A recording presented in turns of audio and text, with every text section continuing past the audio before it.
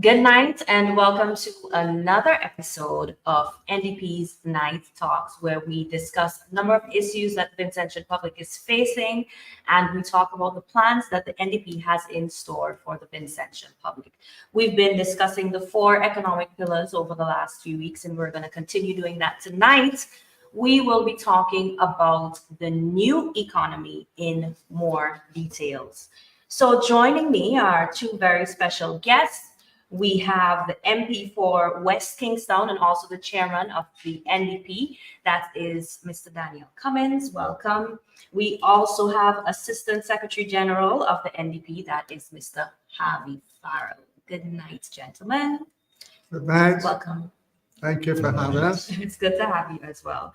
So as I said, we're going to be discussing the new economy. Now, this is something that we spoke about briefly on previous episodes, but for the sake of context and for persons who maybe view it for the first time, Mr. Cummings, I'm gonna go to you first. If you can just explain to us what that new economy is. Well, thank you very much, Daniel. And the expression is new in so many ways, but the concept is not new. When one understands what is happening in the world today, life as we know it has changed so rapidly over the last 15, 20 years. And every year you see new things. The education system still prepares youngsters coming out of schools, colleges, and universities for the old traditional roles. But the demand in the world today has shifted significantly away from routine matters of sitting at a desk. In today's world, a youngster who wants to get into the business of arts and drama, for example, can go to college or university and become highly skilled and become self-employed, even establishing his or her own company in the production of theater, of film. This is just one component. And our youngsters have made a mark, our young Vincentians have made a mark around the world in a number of areas. And we want to set up the opportunity for these youngsters and others to recognize that they can stay here on the rock in St. Vincent in the Grenadines and do as well or even better than what they're doing with a global reach. And because that is the reality. No longer do you have to be on the streets of New York to have a clientele worldwide. You can stay in Timbuktu and you can function just as effectively and efficiently and get the job done. So the new economy essentially is about culture, it's about arts, it's about music, and Vincentians, as Vincentians, we have so much talent. We believe that we have a unique opportunity to make St. Vincent become the place of interest in the Caribbean in this particular sphere of endeavor. And we have a program, a detailed program. We'll go into some of it tonight to indicate what we intend to do to change from a dream to a reality that people can get proper jobs, well-paid jobs, satisfying jobs right here in St. Vincent and the Grenadines through the new economy. Okay. I don't know if you would like to add anything to that, anything to what Mr. Cummings said about the new economy. Daniel, one of the things we often hear people talk about, particularly when they are talking about tourism, is that they often mention where you had the filming of the Pirates of the Caribbean. Yeah. Had we had a focus on the new economy when that was done, one can only just imagine the rewards St. Vincent would have been reaping today after you had such a success with that movie, Pirates of the Caribbean. So it is one of the things that we have to lament, that it's an opportunity that was missed. And we are making sure, and NDP government is making sure that another opportunity like that will never go a begging. So, how would the new economy work? Because obviously, this is going to cost us some money to get going, right? So, where are we gonna? Is there an idea in terms of where we're gonna get the financing from? Because I always say, kind of owing a lot of money, and so when I hear these great ideas, I start thinking of how are we going to fund these plans? That's a very good question, Daniel. The New Democratic Party has given a lot of thought to all that we're proposing. And I want just to reiterate, when we talk about these 4 pillars, this is not an overnight something. It is the New Democratic Party as a party in opposition that did the National Development Plan. Yeah? That plan is still relevant in the main up to today. But to get back to your specific question about funding, one of the planks of our economic development will be the establishment and financing, capitalizing of a development. And I want our people to understand that a development bank is significantly different from a commercial bank. You have to have certain requirements. Of course, you have to have a plan, but it is geared to entice and to enable the entrepreneur to find the funding and the technical assistance needed, not just to establish, but to maintain and make profitable the enterprise they have in mind. The National Development Bank is one of the critical steps in ensuring that this objective, the new economy, will take root. That's one. Anything you would like to add? Not right now. Okay, no problem. So, I often think about, because I've been thinking about something you mentioned earlier about helping persons who are interested in arts and who are talented in different areas, help them get going, basically, right? Mm-hmm. And in this era of social media, where more than ever, you have everything that is digital, everything that is creative, everything that is arts, really does have a platform to, the possibilities are endless at this point. Mm-hmm. In terms of where St. Vincent and the Grenadines is right now with our current administration, do you feel like there are many missed opportunities, like you mentioned, with the Pirates of the Caribbean? Do you think that there have been many other missed opportunities? And how would the NDP capitalize on opportunities moving forward if given the opportunity? Yeah, well, Daniel, when this government came to office 23 years ago, one of the things they criticized was the Peace Memorial Hall.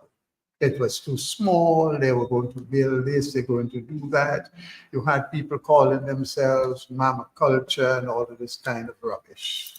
But ask yourself, in 23 years, how has that dream materialized? I think we are worse now than we were 23 years ago. At that time, we had a number of playwrights, active playwrights. We had a lot of theater guilds and all of that going on. Today, we are at the bottom, not just in terms of St. Vincent and Grenadines, but certainly off the scale in terms of the region. The New Democratic Party will establish a national performing arts center. We will establish a proper facility in this country where young people can showcase that talent. We know that is existed. You cannot, there are certain kinds of settings that are required for any world standard production. Those of us who travel, and I have had the opportunity to travel quite a few places, and you know the pride of any country is the cultural hub, where you can showcase your history, your artistry. Even if you look at Trinidad Carnival, for example, the world zeroes in on Trinidad annually during this grand carnival affair. And this is made possible by what you have, not just at the Queen's Park, Savannah, and Skinner Park, and so forth, but you have the NAPA and the SAPA, the North and South Centers for the Performing Arts. Magnificent structures outside and inside, where when you enter that facility, you feel that you are going to participate in something of world standard. And the New Democratic Party understands the importance of establishing a Center for the Performing Arts in this country, so that young people can have an opportunity to demonstrate. Our people have been doing their thing all around the world, you know.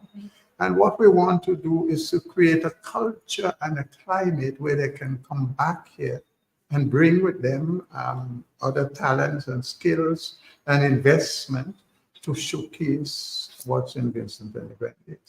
Daniel, just juxtapose what Daniel has just said to the Prime Minister's response to the folks who are involved in the culture and the arts here. What did he tell them last time? Go somewhere, find a piece of spare land somewhere, put up 2 poles and fence it in, and then you can have your activity. Now, that is showing you the narrow view or the very dim view he has for culture in St. Vincent and the Grenadines. It means that he has reduced what we see as culture and the arts here in St. Vincent and the Grenadines to a simple thing like just a fit. And for the Prime Minister to be looking at the arts and culture as just a simple fit, something has to be wrong. I mean, sometimes as Vincentians, we fail to appreciate what we have. I want to use a simple example of this 9 Mornings festivals. It has been watered down to a certain extent, but that is uniquely St. Vincent's thing. It's not another one of the kind that I know anywhere in the Caribbean. And it has a special attraction, but there is so much more we can do with that in promoting St. Vincent and talent and exposure for different groups. I liken it, for example, to something that is done, again, I go back to Trinidad, for which I'm fairly familiar, what Eric Williams introduced many years ago called the Best Village Competition. And this is where all of the creative talents of the people are poured out with competitions in each community, culminating in the National Performing Arts Center and so forth, that people from all around the world come to see and to enjoy. We in St. Vincent and the Grenadines can take the 9 Mornings Festival to another level if we have the proper center for the performance. And that is another reason why that for us is a must, so that our young people can achieve the maximum potential that they have. What would you say to persons who are of the opinion that a lot is being done for these festivals, a lot is being done for culture and arts, and any creative mind in St. Vincent, you have all these opportunities. What would you say in the climate that we're in St. Vincent? What would you say to a person who may be watching this live with that opinion? There are 2 things about this. St. Vincent and the Grenadines now has the opportunity to expand its tourism product. One of the things about a Center for the Performing Arts, you have to take into account the size of your population. But here is where you marry that with your tourism product, because visitors would want to come to your country to see what you are and what you have, just as people travel from the globe to come to Trinidad. 9 Mornings unique festival in St. Vincent, well promoted, well organized, can attract lots of visitors to our country, not just around the world, but also from the region.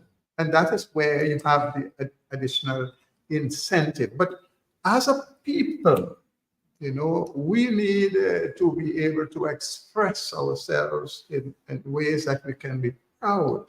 I don't know, Daniel, you're a youngster, but when I was growing up, we could more relate to this. There were so many other avenues for people to have as entertainment throughout the country. I don't know why, but most of them are closed. And so one of the things that the people need to have is the opportunity for relaxation, quality relaxation. And that is what the Center for the Performing Arts offers you, because the skills and talents that I see put on at Russell Cinema, for example, a recent play by Colin Graham and Company, there is no question in my mind about the talents that went into the production of that play. But there is so much more by which that could be enhanced in the right environment, with the right setting, the right stage, right acoustics.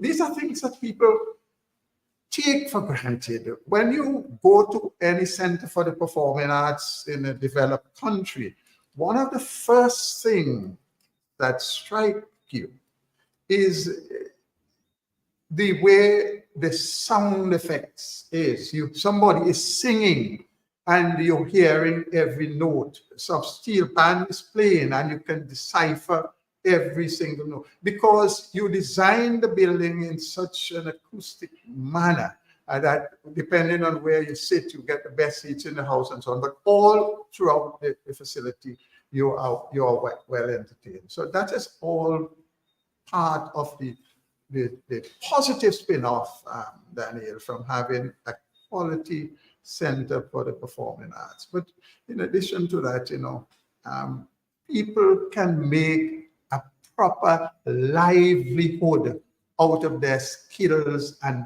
talents involved in singing, in arts and craft, in performing arts, and all of that. It is not just about something you do on the side. There is proper livelihood to come out of that. And St. Vincent and the Grenadines can prosper significantly from a quality center for the performing arts. And Dr. Friday and his team has given 100% assurance of this. This is something that we think is absolutely necessary and will be done by the new NDP administration soon to be. I'm happy you mentioned being able to make a solid livelihood. Yes. Because one of the issues that we have in St. Vincent is unemployment. And I'm wondering, as it relates to the new economy, what role would that play in solving that problem of unemployment? Harvey, you want to start? You see, when it comes to the new economy, a lot of things that can be done, a lot of the employment that can be generated in the new economy would be you can do have a lot of self-employed persons. Okay. Having the bank, the development bank, that will be providing the kind of soft loans that people need, and technical support.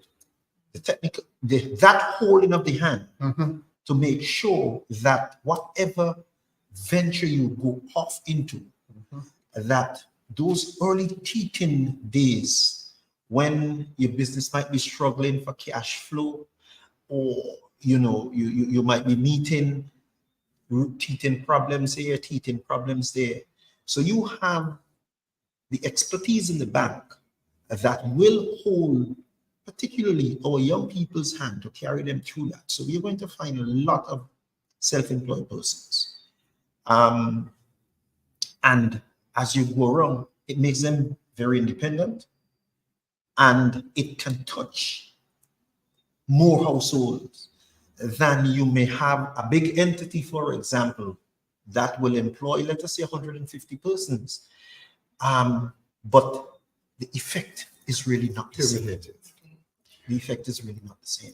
So that is one way in which we see our approach and our trust towards this new economy is going to help, and help our young people in particular. Let me take another shot at another component of this thing, because remember, new is the operative word here, but it has so many components, so many possibilities. A simple thing like Wabba dancing and maypole dancing and ring dance and so forth.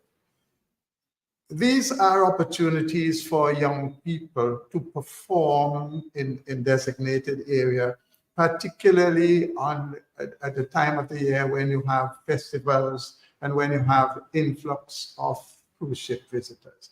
Sadly,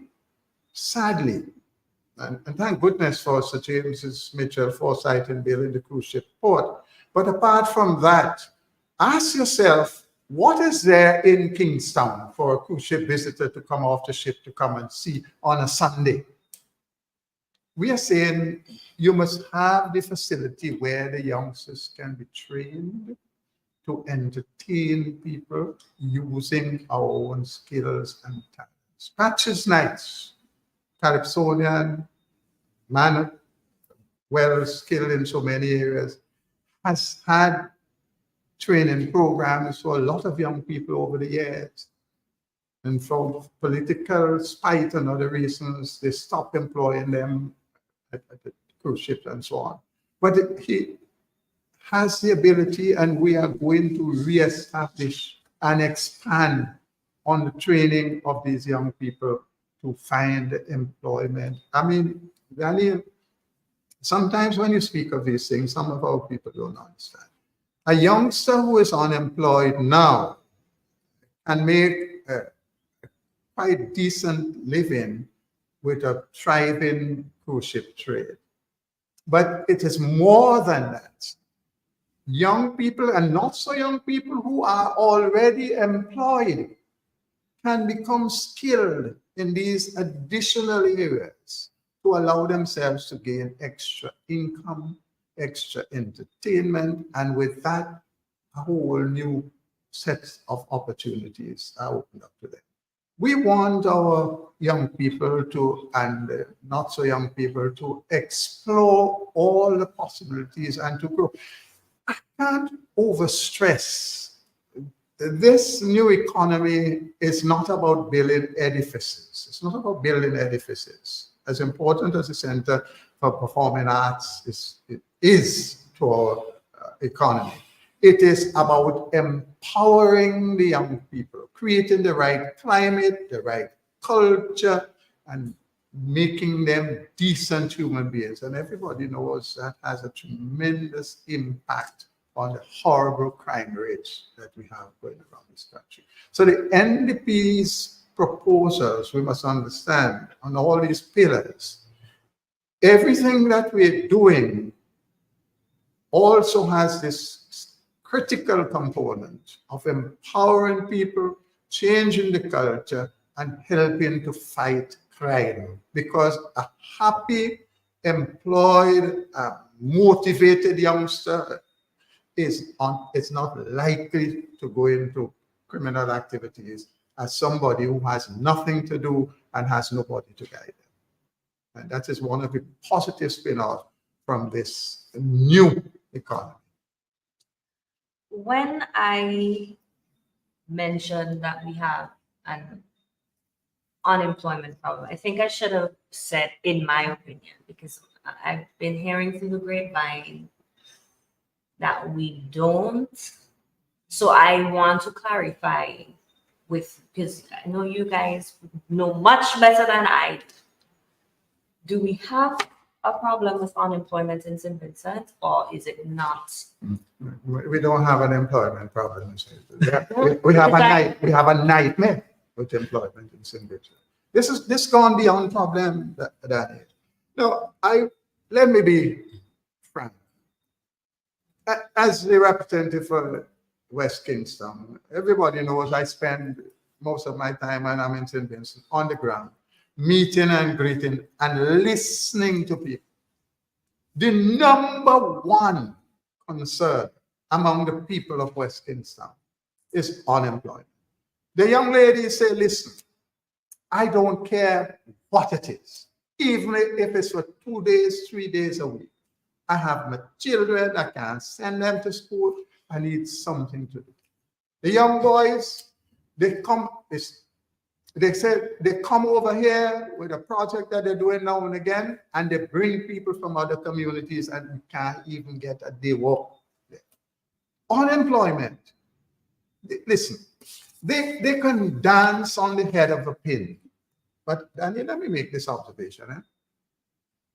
When you have been feeding from the trough for 23 years, when you have been given powers and financing, even in areas where you don't have the capacity nor the inclination, you don't realize it, but you lose your ability to understand reality. And most of the ULP ministers, even the young ones, are caught up in a cocoon that is so false that they do not understand this country.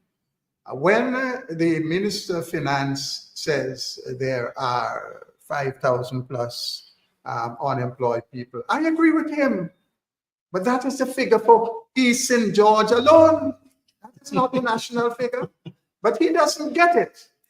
That's the unemployment level in East St. George.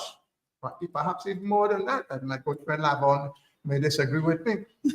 But that is not anything like the national figure. We who are on the ground, we know it, we feel it, we live it every single day. Let me just help the population to understand how disingenuous the Minister of Finance tends to be, because he has this habit of quoting figures from NIS to show the number of employed persons. Everybody knows, if you work 1 day in your life and you pay NIS, your name on the list. Your name is on the list. 1 day, your name is, once you make a payment, your name is on the list. And they know it. So to use NIS statistics to tell me about levels of employment, it's insulting. But it shows a lack of care. And as I said, they live in their cocoon, feeding from the trough. And reality eludes. They drift away from it. You know, when we talk of the unemployment situation, we were just referring to the new economy. All the pillars that we have been talking about will help in easing that burden of unemployment. Let us take agriculture, for example. When you have the development bank funding a number of agricultural projects, not like the ones that we've seen paraded recently, Sure. where millions of donor aid given and left to be wasted. We're not talking about that kind of development. We are saying here where individuals, if you have a good project in agro-processing, for example, and Major League always talk about it like this, using the soft fruits and so on. And every person who has a fruit tree in the yard, if we have a good processing plant here, they can make some money. because you would have from time to time, you know what fruit is in season.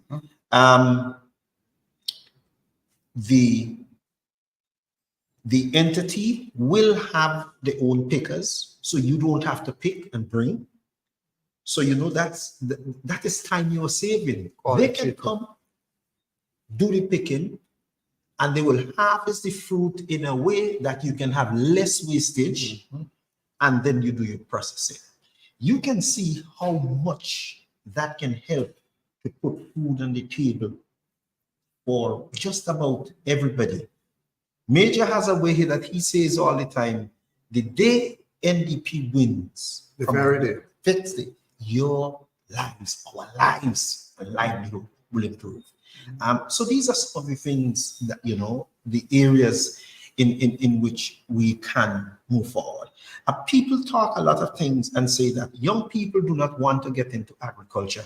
I don't necessarily agree with that. But for young people to get into agriculture, they must first have access. One, they must have access to financing. They must have access to land. Now, the lands that we have, how many young persons have access to those? In the first place, there are no roads to the lands, so you can't even get there. All right? I'll share this with you. One time I was at a funeral service in Bruce constituency. That constituency in which is South Central, in Lomans. And there were a group of elderly gentlemen talking. And one of them said, I will challenge anybody who will tell me that we have a problem with deforestation in St. Vincent and the Grenadines. See, that is not true. He said, when I was a boy, we had less forests because all of those lands that you're seeing, and he pointed it out, he said, they were under agriculture. Today, they are in bush. Nobody wants to go into agriculture because of lack of access. So the farmers cannot get to the lands. Therefore, they have to leave the lands lying and follow. With our focus on agriculture as a pillar, putting in what it needs for that sector to develop, through the Development Bank and others, we can turn things around and have young people getting involved because they themselves can get also involved in things like agro-processing and so on. Yeah, I mean, clearly, I mean, in agriculture, the need for proper infrastructure and even things like irrigation. People think when you talk about irrigation, it has to be massive schemes like we had in North Windward and so on. There are simple forms of irrigation on downstream ends of the rivers that people can use mechanisms, not even using the electricity from the public supply, but solar and other innovative methodologies for drip irrigating the farms to maximize their production. But one of the things we must not lose sight of is how all of this should come together under an NDP administration. And I want to make the point that no matter how much you do in terms of infrastructure, no matter how much you talk in terms of policies, one of the critical components in delivering to the people of this country is the re-establishment of an effective, well-trained, motivated, disciplined public servants, public service, devoid of partisan politics, as is the case in St. Vincent and the Grenadines under this rogue regime. I have watched the public service in my years growing up, and as an adult, as a manager of a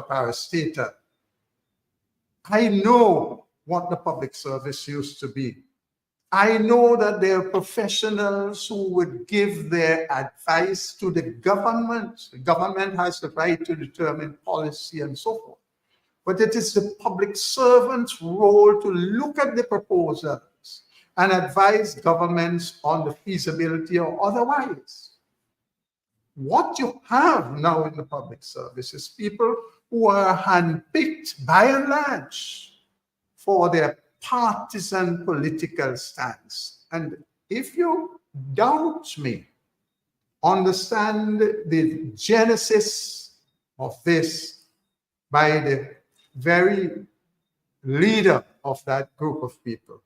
When it was mandated in Parliament that every public servant must on his desk have a copy of the party manifesto, that was the beginning of the destruction of the public service. Because if you look at the manifesto over the years, it is packed with such crap. That's the only word I could describe it as, crap. And if you're saying to the public servants, it must be guided by that.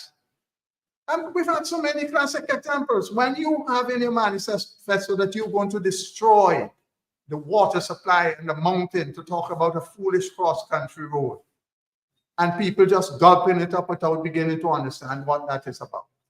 And so many other things, going ahead and taking decisions without taking on board the professional point of view of the people who are trained in the public service. So an NDP administration is going to rebuild a public service. Mind you, lest anybody think I'm saying we're going to fire people. Far from it.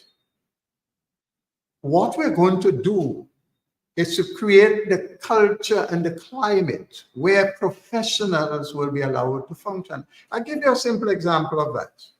When I was asked to manage the Water and Sewage Authority, Daniel, long before you were born, the Water Authority was in an absolute mess. Some of the worst staff. We had to do a lot of training, a lot of development, a lot of empowering. That is how the Water Authority was able to be transformed. Had to put systems in place. In one stage, you had to bring people from overseas with experience to work with them and understudy it, and then they eventually take over. So it's been established over and over. It can be done. You have competence in the public service now. You know, this is the irony. You have a lot of very good employees who, given the opportunity to perform, will assist our government in delivering to the people of this country the very well thought out plans and programs that we have. And that's a critical plan. And I'm happy you mentioned that point about not firing people, because I know that is a concern for persons. They feel like change of government means, well, No. there goes my job. No. My dear lady, listen. When I can share the story over and over because you know how I'm passionate about it. Some of the most difficult workers, when I took over the management of the Water Authority, became the very best employees by empowering them, encouraging them, developing them, and allowing them to perform. It can be done. As I said, that's why I keep saying we are blessed in this country. We have a lot of well-trained people, good, well-meaning people who are not given the chance to perform. You know, it's very disconcerting, for example, for me to be trained in a particular area, have all the necessary experience and so forth. And then a vacancy exists at the top. And what happened? I don't get the position because politically I am not aligned. And some joker who has not understanding, knowledge, or training is put in charge, and I have to train that person to do the job for which they're being paid. Now, you know what that does to a normal human being? That rubbish has to stop. People must get positions based on their performance, their ability, etc., etc. The system must be fair. If you think I'm lying, listeners and viewers, this is the government, the Labour government, that was hauled before the court and charged and lost for not obeying the industrial laws, the Public Service Commission, more than once under Blazer Williams, my friend from Kingston Park, broke all the rules. The judgment came down so hard on them, yet they continue to do the same thing today. That nonsense must stop. People are people and they will be treated as people. That is what the NDP is about. We are committed to developing the country, whether it be the new economy, the agricultural economy, you name it, through and with and in collaboration and cooperation with the people of this country. And by that I mean all of the people of this country. Party politics has its place, but the nation's development is too important to be a partisan political issue. And you said in collaboration with the people, Yes. right? And I'm just wondering, with the vision of the NDP in terms of the private sector, how will it assist, business owners, established or persons who, we know that we said the development bank, instead of competing with business owners, what is the vision of the NDP to work with instead of work against? Because sometimes it appears that that's what's happening. Well, I thank you for that very important question, Daniel. This is a matter that the NDP has given a lot of consideration to. And I want to begin by saying we in the New Democratic Party understand the need for and strongly encourage private sector investment in our country. But akin to that, we must also recognize that our own people possess the ability to invest and to do business. And we need to create the environment that allows for that. And the New Democratic Party would be looking at doing business in St. Vincent from a different perspective. I can tell you, because I've been through the process myself in establishing my winery down at Camden Park, and I'll deal with that in some other time. But I can tell you how very, very difficult it is. It was for me to get going, and having gotten going, we know some of the pitfalls. But the New Democratic Party would create the environment, not just the National Development Bank, but there will be, let me give you an example. There's a unit of the government that was part of the National Development Bank. First of all, this government killed the National Development Bank, and the other unit, they set it up at the Sanderside unit. What was it called? Center for Enterprise Development. Yes. But they starved it of any real funds or the ability to reach out to the people of this country. So they effectively killed all those development strategies.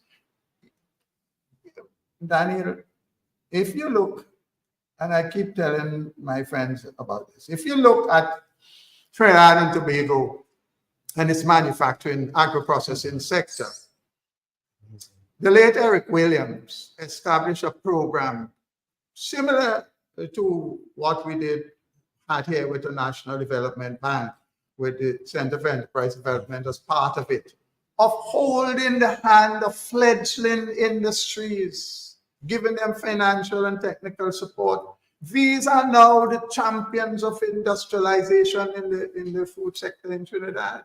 Catelli and all of these companies, tomato ketchup and paste, and so many brand names that we know as households started as fledgling things. But the government's vision of supporting them, giving them a start, they're now competing on an almost global level. So we here in St. Vincent and the Grenadines have to make doing business here easier. And Dr. Friday has already spoken about breaking away the fisheries from agriculture. We have also to look at the Ministry of Trade. We need to, I mean, when you go into the ministry, one of these ministries trying to establish a business, you feel as if everybody behind that desk is out to get you. You don't get the feeling that they're there to render you every possible assistance. Rather, you walk out feeling that, listen, is there any other obstacle they could have put in my way? The New Democratic Party is going to change that. We're going to make doing business in this country much easier for foreign investors as well for our local people. And we have a lot of intentions all around the world who are anxious to come back here. They must be given the kind of incentives as well that will encourage them to set up businesses and employ our people and grow. That's what it is about. Now we are discussing these things, and the conversation of sandals is just, I have to. I really have to, because as you're speaking, that's what I'm thinking about. Mm-hmm. Now, let's get it on first on the table. Is the New Democratic Party against sandals being in St. Vincent and the Grenadines? So that's the first thing I need to we having a candid conversation, so we can be honest about it. Is the New Democratic Party against? I'm clarifying these things. No, you go right ahead. Right? Absolutely not. Okay. Absolutely not. Listen, the coming of sandals to St. Vincent and the Grenadines has good tourism potential for expansion.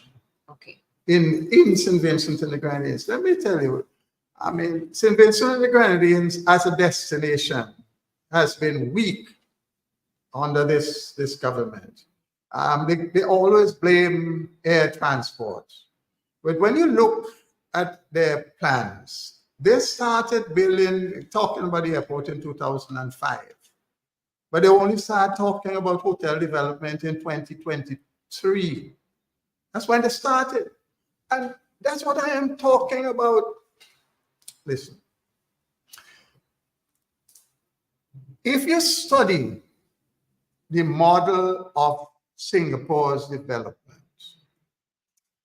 15 years before they move in a particular direction in their economy, they select the people, send them to train, let them have experience around the world, and then bring them back in sync with their development plan. What I'm saying, if this were a real government in St. Vincent and the Grenadines, and if the airport and the tourism developments were real and people-centered, thousands of incentives would have been sent for training, not just to make up beds. Because we need to understand what tourism development is about. Chefs, accountants, electrical engineers, mechanical engineers, even groundsmen. These are well-paid jobs, but people need to be trained and certified. And if this so-called government was serious, with the coming of sandals and the construction, you would have to imagine bringing people to build a hotel. That is one of the most embarrassing developments as a people, as an engineer, as a civil engineer. For me, it was such a revolting thing to hear the man in charge here saying, our people don't know how to mix concrete, literally. I mean, give me a break.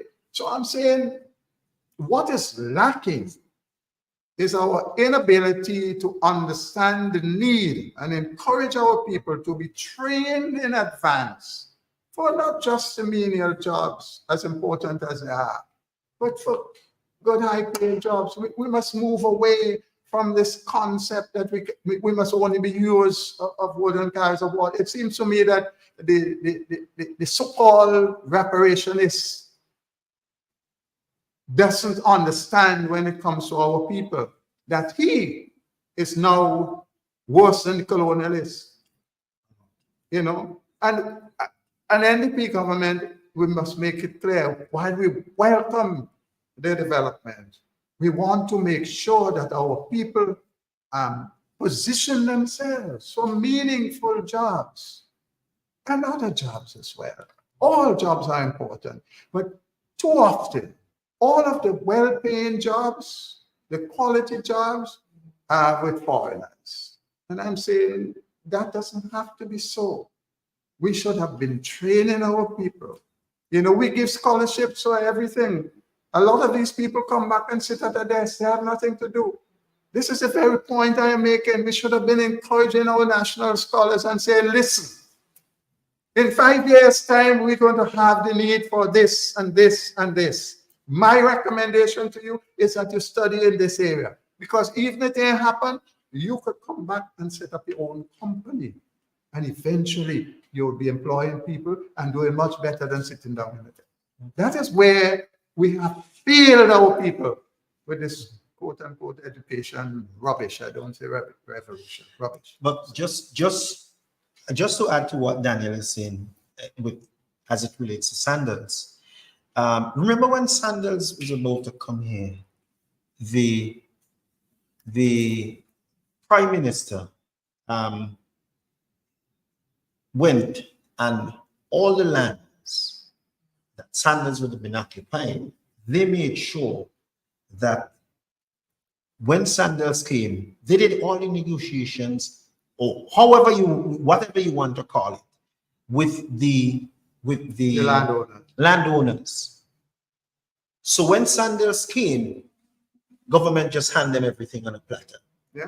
Now, and the government, the only ones who know what they negotiate, what went into the negotiations, what Sanders would be expecting, and how we should prepare for it, because they never made it known to anybody else. Now, and repeatedly, both the Prime Minister and the Minister of Finance keep telling us that fisherfolk and our farmers can't sell the rest. will no. Initially, they were saying that these people will benefit tremendously. And what we see happening, as soon as it's Sandals is about to open. Now we are not even hearing this communication from Sandals. You know, we are hearing it from the Prime Minister and the Minister of Finance. All of a sudden, they cannot purchase fish from every fisherman. They can't purchase agricultural produce from, you know, our people in agriculture. And I am saying, if you knew they prefer to deal with a particular aggregator, why didn't you, while the construction is going on, at least alert people, let them know this is coming on stream and this is how they're going to think. There are a number of farming organizations here, people who are already working together. They could have come together and prepare themselves for that. But no, you took the time, made it easy for the investor, but your own people, you couldn't have taken the time to guide them through that. And that's what we're saying. An NDP government never do something like that. People first. So the people will be protected in a Must be situation of protected. having an Of course. investment Of like course. Sandals. And I was saying what I was saying earlier, Daniel, is to lead to another of our objectives, that is to create a National Jobs and Skills Academy. I repeat, a National Jobs and Skills Academy. You have got to be looking And you can't do this in isolation.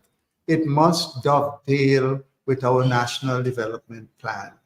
We could talk glibly about planning. The more you travel, the more you study, you understand why some countries do well and why others catch hell. St. Vincent is woefully short on planning. A national jobs and skills agency will act as a one-stop for businesses seeking to get employees and so forth. I mean, this is such a needed agency. If I come to St. Vincent as an investor, I must be able to go to some department of government and get a list of all of the people you have in the country with the various skills, experience, expertise, and so forth. You know, you go to Labor Department now, they can't even tell you whether today is Saturday or Wednesday. I'm not sure to tell you how many of any skills you have. So the NDP government will establish this National Skills and Jobs agency that will be a vehicle for helping people who want to build new businesses or expand their businesses to make sure that the path is that much easier. It's another of the plank that would help our economy and help our people. As I told my last guest, I will be holding you guys to these things. I usually make my notes so that I can I can remember everything that was said. I want to thank you both for joining us this evening on our NDP Night Talks. If there's anything you would like to say to our viewers in closing, the floor is yours to do so now. You know, Daniel, we got carried and we did not even realize the time. We did. It happens all the time. Don't worry. One of the things we know that we are a multi-island state. A lot of the discussion tonight, people might figure that a lot of it centered around mainland St. Vincent. It applies even more so. Yes, but when we look at, and we did not even get to mention the blue economy, you know, but the Grenadines is so rich, the number of things. So when we talk of the blue economy, you know, that a lot of development can go there in the Grenadines. Earlier, we spoke about the arts, the new economy, and that too, because of its uniqueness in the Grenadines, our culture in the Grenadines, of most of our culture centered around the blue economy.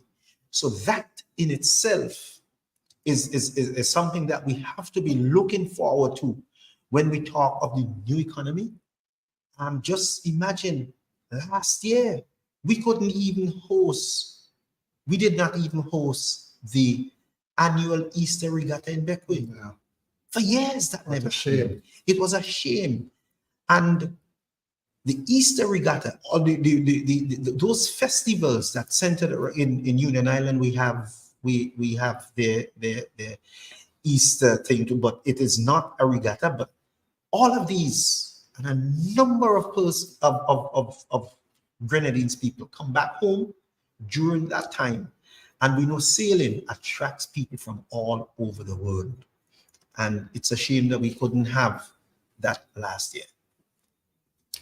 Well, Danny, let me thank you very much for having us on this program. And I really like the last comment you made. This exercise for us is not a showman thing.